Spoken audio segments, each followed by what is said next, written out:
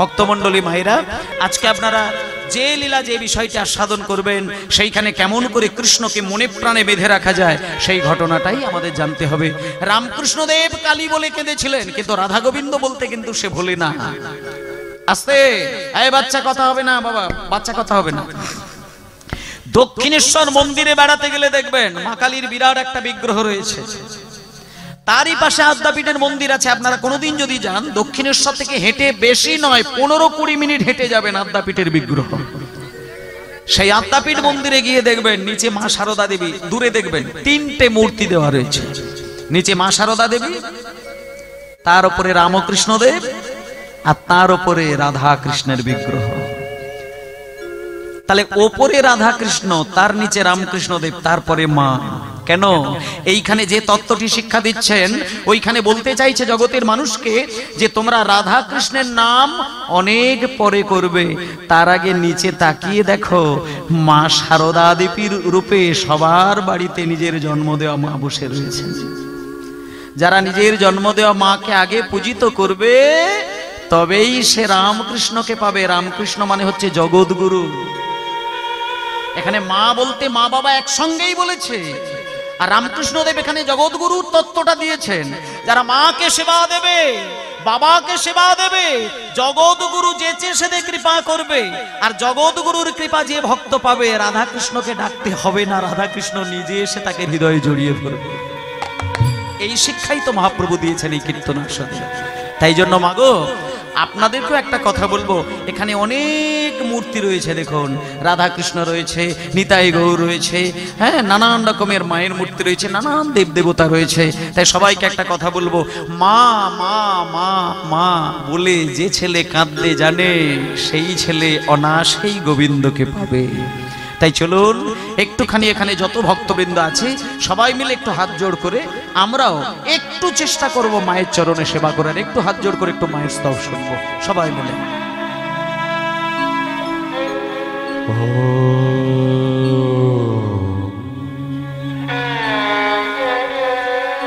একটু আপনাদেরকে বলবো, হালকা করে হাত জোড় করে আপনারা একটু জগৎ জননী মহামায়ার শরণাপন্ন হবেন। জগৎ জননী মা আছেন বলেই কিন্তু আপনার এত অহংকার আছে, এটা আমি বলে দিই। আপনি যে এত গুণবান, এত জ্ঞানবান, এত বলশালী, এত সুন্দরী হয়ে বসে আছেন না মা, ও সবকিছু কিন্তু জগৎ জননী মায়ের কৃপা। মা যদি না থাকতো এত বড় বড় কথা আপনার মুখে আসতো না। তাই একটুখানি হাত জোর করে চোখটা বন্ধ করে একটু মায়ের কৃপা, একটু মায়ের স্তব, একটু মাকে ডাকা, মাকে স্মরণ করা, তারপরে যা খুশি তাই হবে। একটু হাত জোর করে একটু মায়ের স্তব।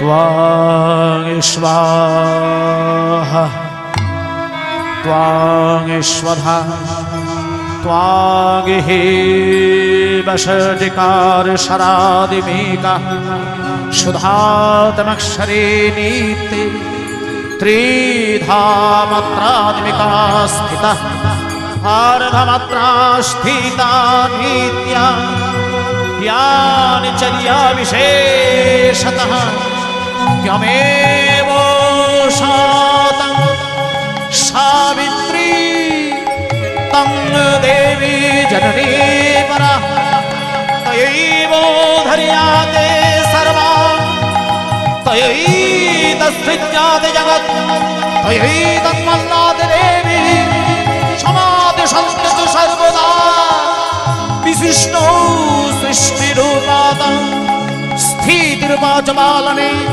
তথা সংহৃতিরূপম জগতঃ সজগন্ময়ে महावेद महामाया महामेधा महास्मृति महामहा च भवति महादेवी महेश्वरी प्रकृतिस्तं च सर्वस्व ऊर्ध्वे विभाविनी कालिनत्रिर्महोरात्रि महोरतिश्वदारुणा लज्जा पुष्टि सदा तुष्टिद्या शान्ति खङ्करेव च खर्गिणी शूलिनी घोरा गोपिनी चक्रिणी तथा शंखे निजापेणे बाण भूषण परिघायुधा शम्या सम्मकरा शेष शमैव ताति सुंदरी परावरण परमा त्वमेव परमेश्वरी परावरण परमा त्वमेव परमेश्वरी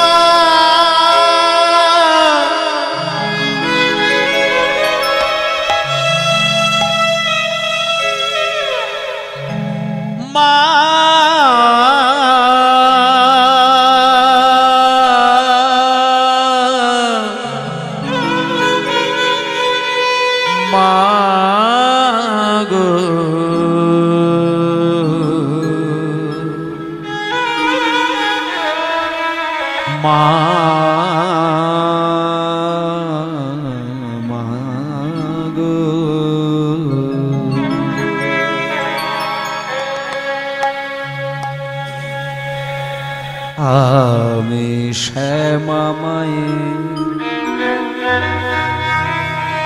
ওমা আমি শ্যামা মায়ের কোলে চড়ে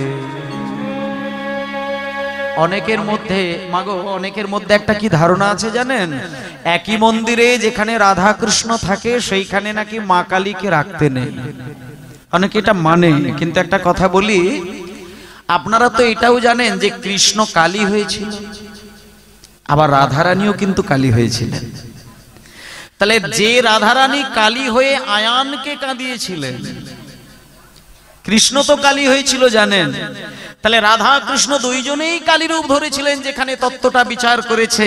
তাহলে সেই মন্দিরে রাধা কৃষ্ণ থাকলে মা কালীকে রাখা যাবে না কেন? সব ভ্রান্ত ধারণা।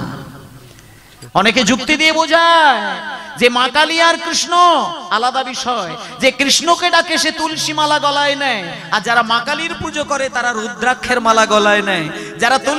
যারা কৃষ্ণ ভক্ত তারা নিরামিষ খায়, আর যারা কালীর ভক্ত কি বলে কিছুই তো ছাড়েন। ঠিক ঠিক। আবার মা কালীর পুজো করতে গেলে দেখবেন ব্রাহ্মণ, এমনও ব্রাহ্মণ আছে দেখবেন মদ্য, মাংস, মৎস্য, মুদ্রা, মৈথুন পঞ্চমকারের ডালা সাজিয়ে মা কালীর সামনে বসিয়ে দেয়। পঞ্চমকা যেটা তামসিক পুজো বলে। কি সর্বনাশ! আপনি মা কালীর পুজো করতে গিয়ে মদ দিচ্ছেন, মাংস দিচ্ছেন, মুদ্রা দিচ্ছেন, কিন্তু আপনি কি জানেন যে মা কালীর কাছে আপনি তামসিক ডালাটা সাজালেন, সেই মা কালী যার বুকের উপরে চরণটাকে তুলে দিয়েছেন তিনি কে? তিনি পরম বৈষ্ণব। কে? ভোলানাথ। যে ভোলানাথ ত্যাগ কাকে বলে দেখিয়েছেন। মিনিমাম ধুতি পরে কৃষ্ণ সেবা চলে, কিন্তু তিনি ধুতিওটুকু পরেন না, তিনি বাঘের ছাল পরে হা কৃষ্ণ বলে কাঁদেন। মিনিমাম তুলসী মালা গলায় নিয়ে কৃষ্ণ বলে কাঁদে, কিন্তু তার তুলসী মালাও গলায় থাকে না, তবুও কিন্তু কৃষ্ণ ভক্ত। কেন? শিব ঠাকুর কৃষ্ণ ভক্ত কিনা বাইরে থেকে তার প্রমাণ নেই, কিন্তু তার অন্তর মাঝে কৃষ্ণ প্রেমের সাগর। কেন না? ভোলানাথ আভরণে বৈষ্ণব নন, তিনি আচরণে বৈষ্ণব। ওমা, আচরণটা যদি বৈষ্ণবের মতন হয় আপনি পরম বৈষ্ণব হবেন। তাহলে এইখানে দেখলেন তো মা, আপনি কালী কৃষ্ণ আলাদা করে দেখলেন, কিন্তু একমাত্র কবি দেখুন এই গানটার মধ্যে বলে দিয়েছেন যে তুমি কৃষ্ণকে পাবে তখনই যদি মা তোমাকে কথা দেয়, তবেই তুমি কৃষ্ণকে পাবে। আমি বলছি না, এখানে যুক্তিটা আমি দেখাচ্ছি না, গানটার মধ্যেই দেখুন বলে দিচ্ছেন। আমি এই দেখুন মা, আমার শ্যামা মায়ের কোলে ছড়ে। আচ্ছা, পরের লাইনটা কি বলছে? জপি আমি কার নাম? ওই শ্যামের নাম। শ্যামা মায়ের কোলে চড়ে জপি আমি শ্যাম সুন্দরের নাম। মা হলেন মোর মন্ত্র গুরু, আরে ঠাকুর আমার রাধা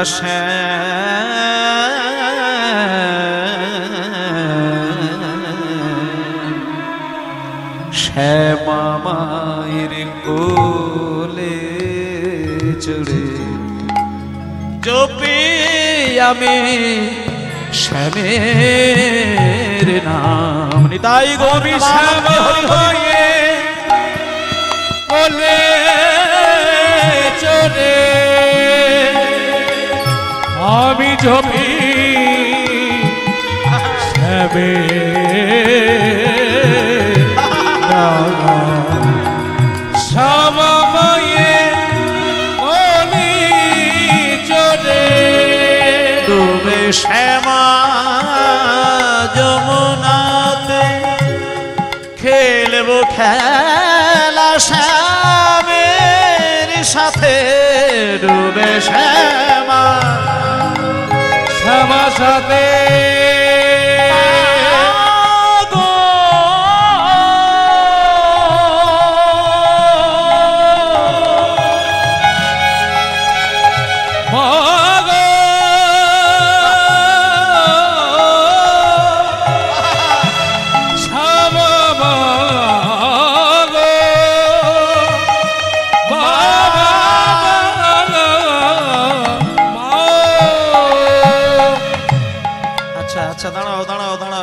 বলছে ডুবে শ্যামা যমুনাতে খেলবো খেলা শ্যামের সাথে। আপনারা যদি বৃন্দাবনে যান, মায়েদেরকে বলছি, অনেক সময় জীবনে ভাগ্য ভালো হয় যদি বৃন্দাবনে যাওয়ার কপাল আসে।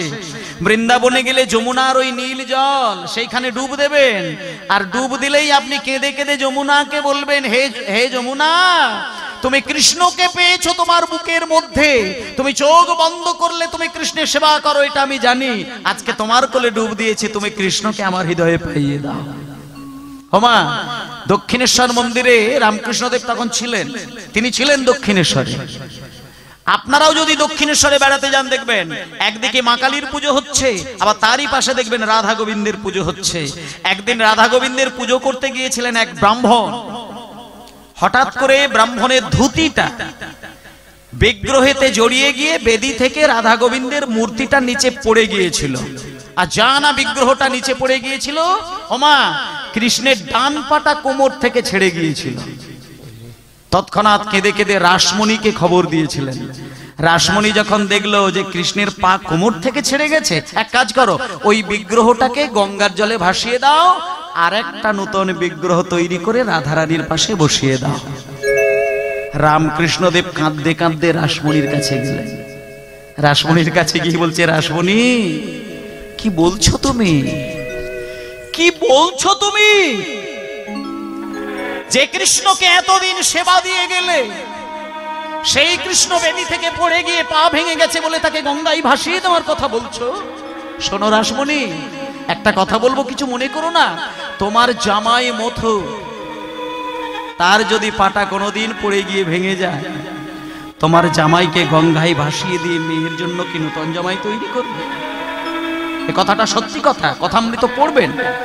রাসমণিকে বলে দিয়েছিলেন, রাসমণিকে শিক্ষা দিয়েছিলেন রামকৃষ্ণদেব, বলেছিলেন না, জামাই পড়ে গিয়ে তার অঙ্গ ভেঙে গেলে যেমন জামাইকে ফেলে দেয় না, তেমন পূজিত করা বেদি থেকে বিগ্রহ পড়ে গিয়ে যদি পাও ভেঙে যায়, তাকে ফেলে দেওয়ার কথা বলো না রাসমণি। তাকেই রিপেয়ার করে, তাকেই যত্ন করে, তাকেই বেদিতে বসিয়ে ব্রাহ্মণকে মন্তব্য করে প্রতিষ্ঠা করে সেই গোবিন্দকে রাধারানীর সামনে সাজিয়ে দাও। তাহলে দেখুন, যে রামকৃষ্ণদেব কালী ছাড়া কিচ্ছু জানে না, সেই রামকৃষ্ণদেব যখন কৃষ্ণকে ভাসিয়ে দেওয়ার কথা বলল, সে কিন্তু কেঁদে উঠলেন। যে জ্ঞানী সে জানে যে মায়ের কৃপা হলে কৃষ্ণ পাওয়া যায়, তাই জন্য বললেন, ডুবে শ্যামা যমুনাতে খেলবো খেলা শ্যামের সাথে। ডুবে শ্যামা যমুনাতে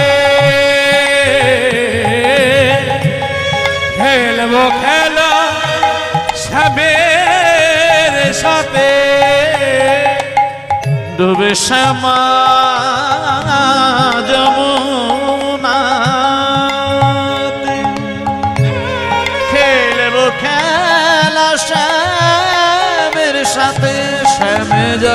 মোর হানবে হেলা শ্যামে যাবে মোর হানবে হেলা শ্যামা মা পুরাবে